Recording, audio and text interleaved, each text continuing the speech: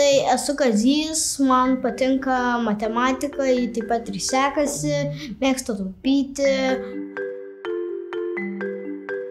Tai aš su pinigais ką veikiu, tai arba leidžiu, arba taupau toliau. Tiesiog vienintelis būdas, ką su jais gali ir veikti. Tai yra, kai kas nors kitam paskolina ir tas žmogus atgal grąžina su palūkanomis daugiau. Užvedė tėvai. Visų pirma, reikia pradėti nuo taupimo. Pradedi taupyti, susitaupęs pakankamai pinigų, tai tada jau gali pradėti investuoti.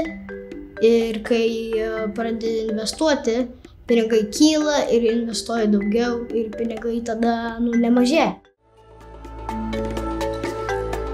Investavimą vaikam pradėti yra pagal mane gerai, kaip viską iš pradžių ir tada ateityje gal jiems tai pravers arba tai kažkas vėl bus.